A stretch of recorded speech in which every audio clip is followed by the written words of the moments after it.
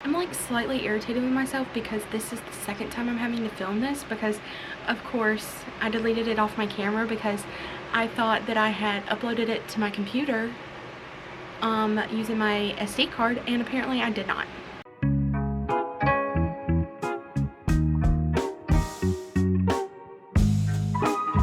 Hi you guys, welcome back to my channel. If you're new, my name is Kendall, and today we're going to be doing the mid-year book freakout tag, or the mid-year freakout book tag, whichever one it is. But these answers have like really stumped me a little bit because I have read so many good books this year. But we're just going to go ahead and dive straight into this. I will make sure to link the original creators down below, and you can go watch their videos and all of that good stuff. But this is one of my like favorite tags to do, so I love when this time comes around each year. So the first category is the best book that you have read so far this year in 2022. I do own this book, but I can't seem to locate it. I have sat it somewhere and there is no telling where. I've already filmed another video where I apologize for my messy shelves. Hopefully we're going to get that in order soon. Basically, my work week is going to be different, so I'm going to be getting an extra day off of work and only working 3 days a week. But I'm going to be working the same amount of hours, so it's just longer time periods in the days that I'm working, which I kind of like because I get like the end of the week to myself and I get the beginning of the week to myself as well. So hopefully we're gonna get our life together. But the best book that I have read so far this year has been Behind Her Eyes by Sarah Pinborough. Oh my gosh, what a wild ride. So I buddy read this with Caitlin from Pride and Paperbacks. Oh my gosh, we loved it. I loved that we both filmed our reactions and we sent them to each other. If you check out her channel, she put her live reaction onto her booktube, and it was amazing. I loved it. So in this series you're following a married couple, Adele and David is a psychiatrist, and he mistakenly and drunkenly kissed this girl or lady named Louise in a bar. Well, Louise finds out that she is actually working as David's secretary, and then she befriends Adele, his wife, after accidentally bumping into her one day. And so she is fighting between Adele and David because she likes David, but she also likes Adele as a friend. And there is some like sleep that comes into play. There are night terrors and things like that, and lucid dreaming. I think it's so interesting because I kind of read the books out of order. I have already read Insomnia, and so there has been two different sleeping like issues come up in these books, and I just wonder like if Sarah Pinborough, is this just something that she's like interested in writing with, something she has experience with? So I'm definitely going to look into it, and if you guys know anything about it, let me know in the comments below. But then I went back and read the epilogue. After I finished Behind Her Eyes, I read the epilogue of Insomnia, and it makes so much sense, and it was just, oh my gosh, it was, that even threw me for a bigger loop in Insomnia when I read it the second time. So I loved this book. There were twists and turns that I didn't see coming. There was like, I was almost done with the book and I still couldn't predict the ending. I was still so confused as to what was going to happen. You have like 3 unreliable narrators. You don't know who the bad guy is. There is just a lot of confusion, but in the best possible way. So I highly recommend this book. It was a great way. This is probably like the 3rd or 4th mystery thriller book that I've dipped my toe into. So I definitely think you should read this one if you're trying to get into that genre as well. The next book is the best sequel you have read so far this year. For this one, I'm also going to put another picture up because I did read this on my Kindle, and it is The Mistake by Elle Kennedy. This is part of the Off Campus series, which follows a group of hockey players, and you follow different teammates in the whole series. I think there are like 4 or 5 books, and I think I read 4 of them. I don't know if I read the 5th one. The 5th one is kind of like a novella to the point where you're getting to see the updates on all of the couples that you are following throughout these books. They are romance novels. They are so good. I did not know that I was into hockey until I read these, and I'm not really into hockey Hockey Boys, okay? But these were so sweet. I really liked The Mistake because you're following Logan and Grace, and they are just the cutest thing. And I think that I liked this one because I related to Grace so well. She's a very like follow the rules type of person and a very like stay to herself. She doesn't want to cause any trouble. She just kind of, you know, minds her business, and that's kind of like how I relate to her. So I thought she was very fitting of a character. And then you have Logan, who is this like quote unquote bad boy, but not really. But he, you know, challenges the rules. He challenges Grace to go and like get out of her shell. So I really like this series. If you like sports romance, I definitely think you should check this series out because it is just so good. The next category is a new release that you haven't read yet but you want to. This is a book that I'm hoping to get to sometime this month because I have heard it hyped up from so many people, and I really want to give this author a try and see if I like her because I definitely want to read more of her backlist titles. And that is The Children on the Hill by Jennifer McMahon. This book sounds terrifying in the best of ways. So this one sounds very intriguing because it does say that it is inspired by Frankenstein, which, as I've mentioned multiple times, is like my favorite classic novel, and I just cannot wait to get into this. Anything that's like a retelling or even inspired by Frankenstein, I'm gonna read no matter what. So this book starts out in the year 1978 in a house in Vermont. You're following Dr. Hildreth, I believe is her last name. Yes, Dr. Hildreth. Sorry. You're following her. She is wanting to just like relax and have a good time with her grandchildren and just be around them and, you know, enjoy her life with them and her time that she, you know, still has with them. So her grandchildren's names are Violet and Eric, and they have this little monster club where they like categorize monsters and talk about defeating them and different things like that. And one day their grandma, Dr. Hildreth, which she goes by Gran with them, she brings home a child named Iris. And Iris is kind of weird and kind of like something's off with this child that she brings home. But Violet wants to make the best out of this. And then you fast forward to 2019, and you follow Lizzie Shelley, which, oh my gosh, I love that. And she is she hosts a podcast about monsters. So she travels to Vermont because she has heard that there has been monster sightings and that this girl has been abducted. And it mentions that Lizzie knows that monsters are real. She says her sister is a monster, and this is supposed to follow some sisters as well. So I think this book is going to be like a lot happening at once, but I'm very excited, and it's just, this is like one of my most anticipated releases of this year, so I just cannot wait to read it. The next one is your most anticipated release for the second half of the year. So I'm going to put a picture of it, and it is These Twisted Bonds.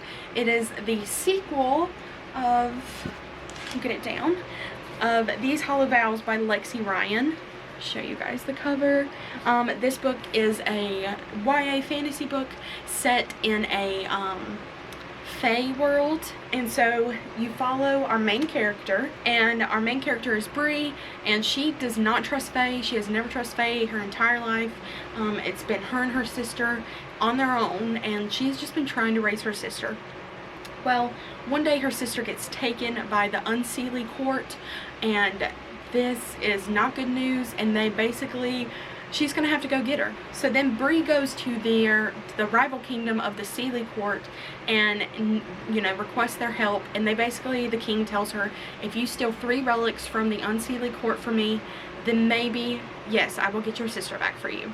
So the only way that Bree can get into the Unseelie Court is the Prince Ronan of the Unseelie Court is hosting a bachelorette, kind of the Bachelorette pretty much, and or technically it would be the Bachelor, right, because it's girls coming for a guy. Yeah, the Bachelor. So there are all these girls coming from different places to try and win over Prince Ronan, and Bree puts herself into that circle.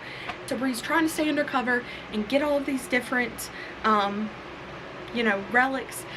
She's also trying to make sure that Prince Ronan doesn't suspect her, but she's also kind of falling for Prince Ronan.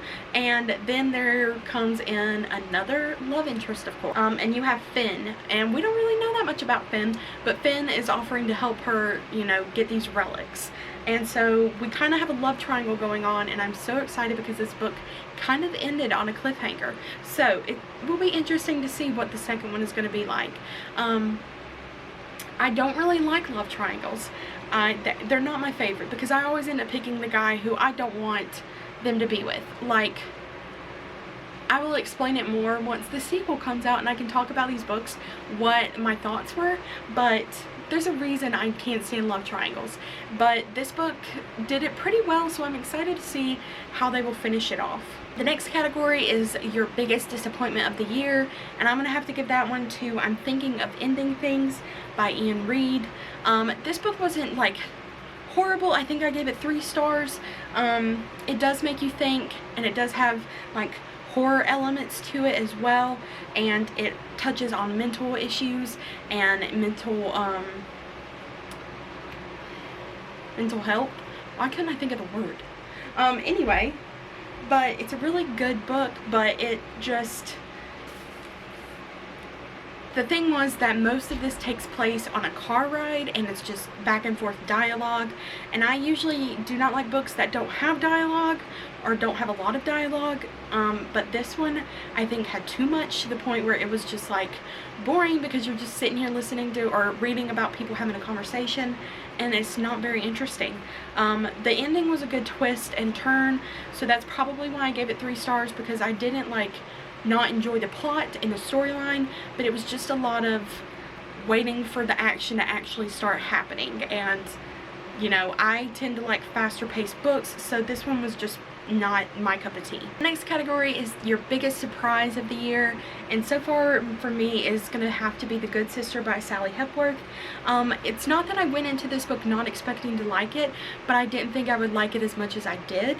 I know that Sally Hepworth tends to write more domestic thrillers, and I didn't think that that was usually what I like the ones that I have read so far compared between domestic and psychological thrillers. I've definitely liked psychological ones more, but this one was still so good. She writes characters so far very well. I haven't read any of her other books, and I do plan to, but the way she wrote one of the main characters, Fern, I was in love. I was like, Fern is the sweetest, and I just love her as a character. She was hilarious, she was thoughtful, she was caring, she speaks her mind.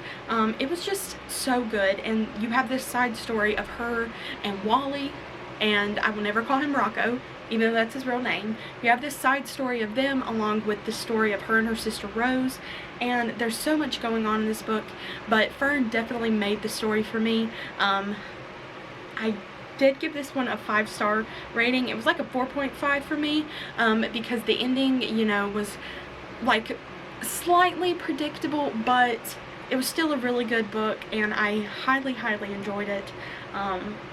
So if you like anything that I've mentioned that happens in this book, you need to pick it up.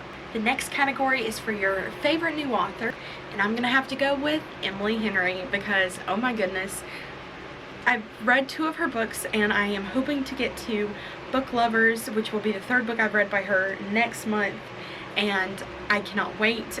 She writes characters so well. She writes settings and romance the way I like it, and I also really love the fact that even though her books are categorized romance, they're kind of written like women's fiction, because you have deeper things going on in the stories and the lives of the characters than just like worrying about a relationship in most of the books.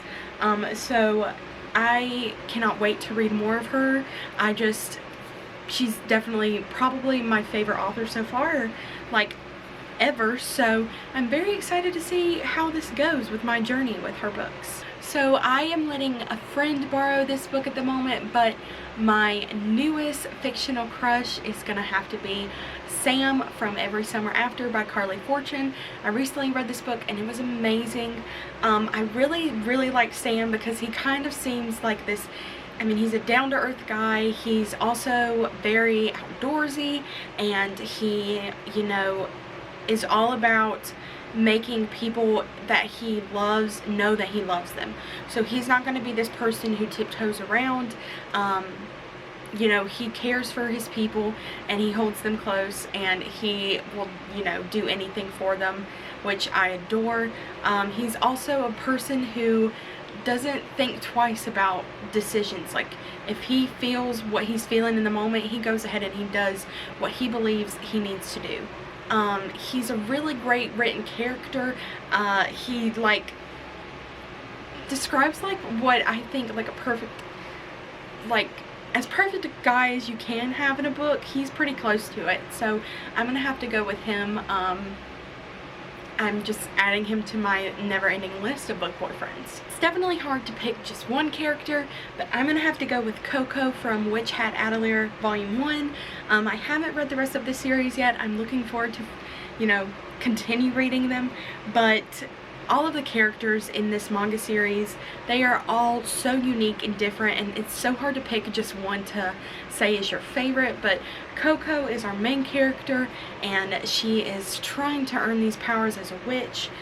She goes under this sorcerer's kind of wing, and is trying to learn as much as she can and just do what she can to be the best witch possible. And she's just so loving and carefree and fun, and it's just impossible not to love her, and I can't wait to watch her grow as the series continues. I'm going to put this one on the screen as well because I also read this on my Kindle, and it is going to be Exodus by Kate Stewart. I'm not like, okay, I don't mind reading like smutty books. If you want to put like smut in your books, that's perfectly fine, and I will read them if there's a good plot line and storyline to them. And this one was, you know, to me it had a really good storyline, and it was a lot at times, and it was a very bit like, I probably wouldn't rate it 5 stars, honestly. I would probably do it 3.5 or 4 stars, but this book is the second in the series, and it made me bawl like a baby. There are so many things that happen in this book particularly that just throw you for a loop, and it plays with your emotions, and I honestly didn't know what the outcome was going to be. And yeah, so you have drama going on, you have death going on, and that's enough to make you cry. So I have told like my friends this before, I'm a very like emotional and sensitive person, so it's not that hard for a book to make me cry if, you know, tension starts rising. There's been multiple books that have made me cry, but this is just, you know, one that has made me cry the most this year, so I thought it was only fitting for this category. The next category is a book that made you happy, and I'm going to go with People We Meet on Vacation by Emily Henry. I just can't get enough of her. But this book was very sweet and just like kind of light compared to Beach Read. Beach Read goes a little more in depth about things that are happening in your life, but this one is more like lighthearted and funny, and you're, you know, watching these two best friends learn to love each other again. And it was just the perfect read, especially for the summertime. And like, I was reading this from spring going into summer, so this was like the best thing ever. I think what really makes me happy are the personalities of Poppy and Alex. I want to be more like Poppy, because she is this very like adventurous person. She is not gonna take no for an answer. She just, there's nothing that she won't do pretty much to me, and so I want to be as adventurous as she is. And she just loves to travel, and I want to travel. And I love Alex's personality because he is this grumpy man who just wants to enjoy his life, and he likes to nitpick at things, which I feel like I do, so maybe I relate to Alex in that way. But they are really like one of those opposites attract kind of couples, and I really enjoyed it because anytime that she wanted to, you know, Poppy is able to make Alex lighthearted and have a good time, and Alex is also able to be like, Poppy, this is what's going on, this is serious, and all of this good stuff. So this was a really fun read. So if you're looking for something that is like a lighthearted, just contemporary romance, I highly suggest this one. You will not regret it. For this category, it actually makes me kind of happy that I get to re-record this video, because I was sent this book by one of my closest friends, and I get to show it to you guys now because it's here. So this is the most beautiful book you've received or bought so far this year. As you guys know, I am on a book buying ban. I've said it multiple times, so I'm not allowed to buy books. Have I broken it? Probably. I can't even remember. But the only books that I'm allowing myself to buy right now are fall or spooky books, because I'm going to be hopefully doing a haul of them at some point and getting ready for, you know, the fall and spooky season.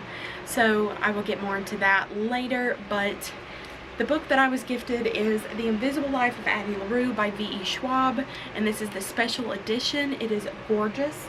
Let me just show you guys the inside. So when you open up the book, you have the pages like this, and then you have a bird on the cover with some constellations, and then if you open up the back part, you have this little pretty quote that says, "I remember you," with some flowers on the side, and it's just gorgeous, like so gorgeous. I did go ahead, I'll tell you guys who this is by. So I received this book from one of my besties, Olivia from Liv's Library. She said, "This book truly wrecked me in the best way possible, and I hope it does the same for you. It will always be a favorite of mine. I hope this gift brings a little happiness to your week. I love you so much." I love her. If you guys know anything about us, we try to hang out as much as possible when we can, and she is just so sweet. She's the kindest person I know. She really helps me put things into perspective and challenges me, and I just love her for that. But yeah, she's one of the first friends that I actually made, like, on BookTube, so I couldn't be more grateful for her. And I actually ended up sending her a copy of this book as well, because I found out that she only owns the ARC, and so I can't wait for her to have it for herself because she deserves it. But this would be, I really want to get to this one next month just because of, I haven't read it yet, and I feel like everybody and their mom has read this. And I really enjoyed V.E. Schwab. I read one of her books. What did I read? I read her YA book Gallant this year, and I really enjoyed it. I ended up giving it 4 stars. And I have read her middle grade, the first book in her middle grade series, The City of Ghosts, I believe. Yeah, City of Ghosts. Sorry, I had to check and make sure. I read it a while ago, and it was really good. I enjoyed the story, and so I'm really excited to get into her adult fantasy because everybody that I've talked to has thoroughly enjoyed her adult fantasy novels. So you're starting out in the country of France in the early 1700s. This woman basically makes a deal where she gets to live forever, but she never gets to be remembered. So Addie is learning to live her life without people remembering her. She's traveling across the country. You know, there's so many different, you're going through so many different centuries and time periods that I don't even know how you would react to things like that, anything that you see. And she's just learning how to make sure that people actually remember who Addie LaRue is. So Addie has been alive for 300 years, and she ends up coming across a guy in a bookstore who remembers her name, and I think everything changes from there. So this is kind of given a time traveler's wife, and what's the movie? Also meets the age of Adeline. Those just give me those vibes, and I cannot wait to see the descriptions of the characters, of the time periods, of everything. I think this book is going to be amazing, and I'm sure that it is going to wreck me as well. So I cannot wait to get to it. The next one is What Books Do You Need to Read by the End of the Year? There are way too many to name, I'm telling you. But I will give you basically what a rundown is for me. I would like to get any sequels that I am particularly interested in, like the sequel for These Hollow Vows, and I also want to read The Ballad of Never Ever After, the one that is the sequel to Once Upon a Broken Heart by Stephanie Garber. So any sequels that I haven't gotten to yet, or that even haven't been released yet, I want to get to them by the end of the year. I want to, at the end of the year, read as many spooky and like fall themed books as I can. So I'm going to be doing that a lot. I do want to read a few more middle grade books because I feel like I haven't read a ton this year, and I'm trying to get more into them. But honestly, the things that I need to do more this year are to organize my books and scheduling videos and pictures and doing all of that stuff.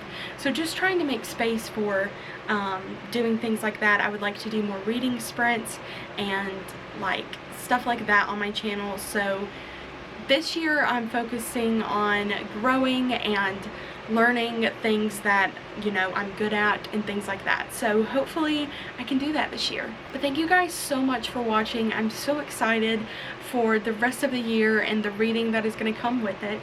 I definitely encourage you guys to do this tag as well. It's very fun to see like how far you've come during the beginning of the year and how far you still need to go and things like that. It's the perfect tag for this time of the year. And if you know, aren't making a video or anything like that, I want you guys to tell me who your new fictional crush is in the comments down below, because I'm very curious. I always love learning about people's fictional crushes, and if you convince me enough, maybe I will pick up that book and they will also become a fictional crush of mine. And then we can just talk about our crushes on fictional people. That's amazing to me. But anyway, thank you guys so much for watching, and I will see you guys in the next video.